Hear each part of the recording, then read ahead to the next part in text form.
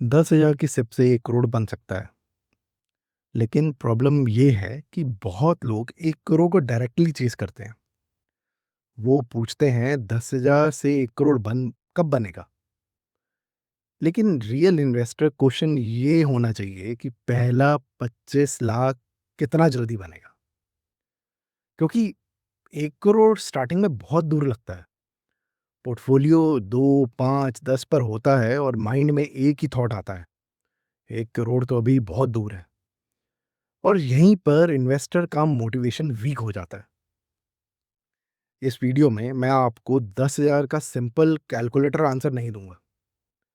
मैं आपको अपना रियल इन्वेस्टिंग एक्सपीरियंस शेयर करूंगा।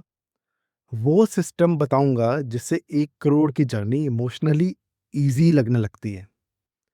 और बीच में एक अंडररेटेड हैक भी है, जिससे कभी कभार सिप अमाउंट आपकी एक्सपेक्टेशन से ज़्यादा ग्रो हो सकती है।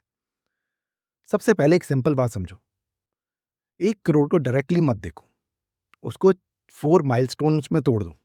पहला 25 लाख, फिर 50, फिर 75 एंड फिर 1 करोड़।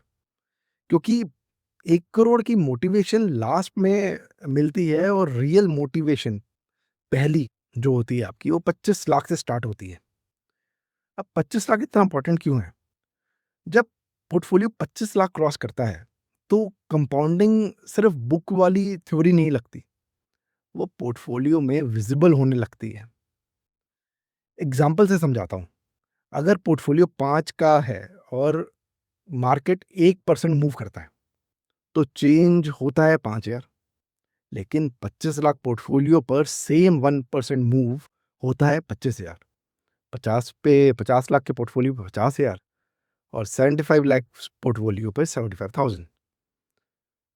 समझ रहे हो आप? परसेंटेज सेम है, मार्केट सेम है, फंड भी सेम हो सकते हैं, लेकिन पोर्टफोलियो का बेस बड़ा होता है तो रिटर्न में रुपीस में फील होता है रिटर्न्स आपको।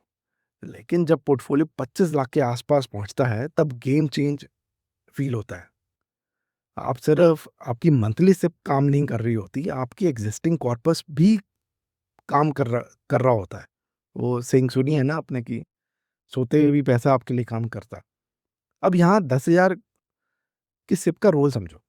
अगर आप 10,000 सिप 10 साल तक कंटिन्यू करते हो और सिर्फ इलस्ट्रेशन के लिए 12% का एनुअल रिटर्न अज्यूम करें, तो 10 साल बाद वैल्यू रफली 22 से 23 लाख के आसपास हो सकती है। पूरा नंबर नहीं है, एक्चुअली ये पहले 25 लाख के माइलस्टोन काफ़ी क्लोज है। लेकिन अब यहाँ रिटेंशन वाला इंपॉर्टेंट पार्ट आता है। स्टार्टिंग सिप सेम रखो, रिटर्न एजम्पशन सेम रखो, बस सिप को ग्रो कर दो। अ, अगर 10,000 की हर साल आप सिर्फ 500 रुपये ही बढ़ाते हो, तो 10 साल में वो जो हमने 20-22 की बात करी थी, वो 26 टू 27 लैक्स हो सकता है। और अगर हम 1,000 बढ़ाते हैं, तो 30 टू 31 लैक्स के आसपास हो सकता है 10 साल में। अब अगर आप 2,000 हर साल बढ़ा सकते हो, तो वो 38 वो 30 से 39 लैक्स के आसपास पहुँच सकता है। अगर रफली परसेंटेज में बात करूँ, तो 10% बढ़ाने पे 32 से 33 लाख और 20% हम हर साल ग्रो करते हैं, तो वो वैल्यू 49 टू 50 लैक्स के आसपास पहुँच सकती है। वही 10 साल। अब डिफरेंस देखो, स्टार्टिंग से same, return assumption same, time period same, बस एक चीज़ बदली, सिर्फ फिक्स रही या सिप को हमने ग्रो करा। 1 करोड़ बनाने का रियल हैक सिर्फ हाई रिटर्न फंड नहीं होता।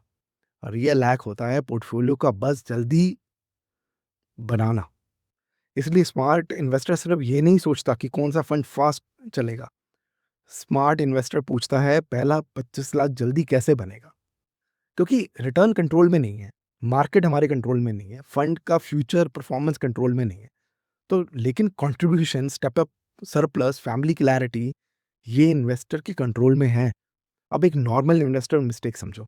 पहले साल 10,000, दूसरे साल 10,000, तीसरे चौथे 10,000, इनकम बढ़ गई, लाइफस्टाइल बढ़ गई, एक्सपेंस बढ़ गई, लेकिन सिर्फ वही 10,000 पे स्टक है। इन्वेस्टर को लगता है मैं डिसिप्लिन्ड हूँ, मेरी सिप चल रही है। डिसिप्लिन अच्छी बात है, लेकिन कभी-कभी सेम सिप कंटिन्यू करना कंफर्ट ज़ोन बन जाता है। आपको गिल्ट नहीं होती, मुझे भी नहीं हुई थी, क्योंकि सिप तो चल रही है और सिप ग्रो करने के लिए एक सिंपल सिस्टम चाहिए। 20 सेकंड में एक्सप्लेन करूंगा एंड फिर अंडररेटेड हैक। आप शॉक हो जाओगे जान के उसको। पहले ये कि एक रैंडमली मत सोचो, बाद में बढ़ा देंगे, क्योंकि इन्वेस्टिंग में बाद में का मतलब अक्सर होता है कभी नहीं। एक फिक्स रिव्यू मंथ चूज करो, सैलरी इंक्रीमेंट के बाद, फाइनेंशियल ईयर्स के स्टार्ट में, जनवरी में या बर्थडे मंथ में, जैसे आपको ठीक लगे। बस उस मंथ में एक क्वेश्चन पूछो, क्या मैं 500 रुपये बढ़ा सकता हूँ? क्या मैं 1000 बढ़ा सकता हूँ? क्या मैं 10% स्टेप अप कर सकता हूँ? अगर यस तो इमीडिएटली स्टेप अप कर दो। अब सेकंड इंपॉर्टेंट पार्ट, बोनस और सरप्लस। कभी बोनस आता है, कभी अकाउंट में सरप्लस बचता है, कभी एक्सपेंस थोड़ा कम हो जाता है। अक्सर ये पैसा साइलेंटली डिसअपीयर भी हो जाता है। कभी रैंडम एक्सपेंस में, कभी बैंक अकाउंट में आइडल पड़ा है, कभी बाद में इन्वेस्ट करेंगे में, है ना? इसका मतलब ये नहीं कि लाइफ एंजॉय मत करो यार।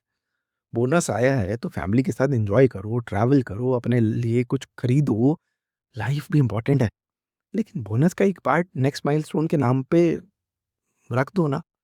अगर आप 25 लाख माइलस्टोन चेज कर रहे हो, तो बोनस का कुछ पार्ट उस माइलस्टोन के फास्ट कर सकता है। अगर 50 लाख के क्लोज हो, तो सरप्लस आपको नेक्स्ट लेवल तक पुश कर सकता है।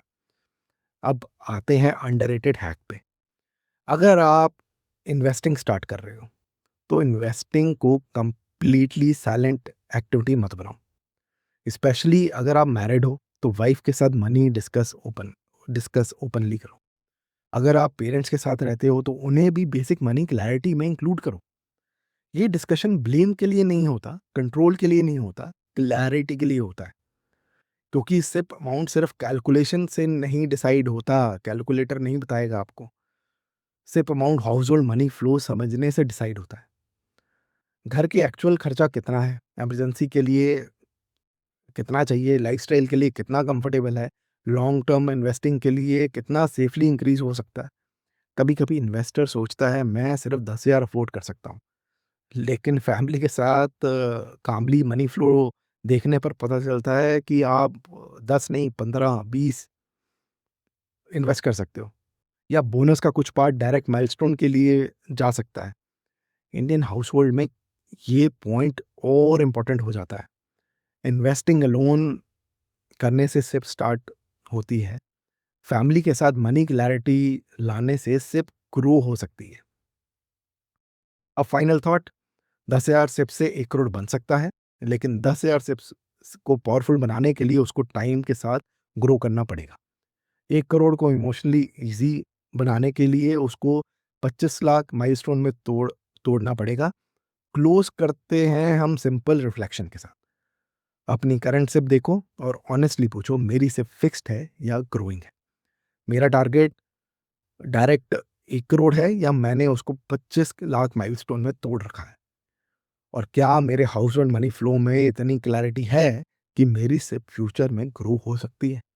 कमेंट में एक वर्ड लिखो, फिक्स्ड, अगर आपकी सिप सेम अमाउंट पर चल रही है, ग्रोइंग अगर आप हर साल स्टेप अप करते हो, और अगर आप 1 करोड़ जर्नी में हो तो अपना नेक्स्ट माइलस्टोन कमेंट कर सकते हो, 25 50 लाख 75 या 1 करोड़। एक छोटी सी बात, म्यूचुअल फंड मार्केट रिस्क के सब्जेक्ट होती है। ये वीडियो एजुकेशन के पर्पस से है।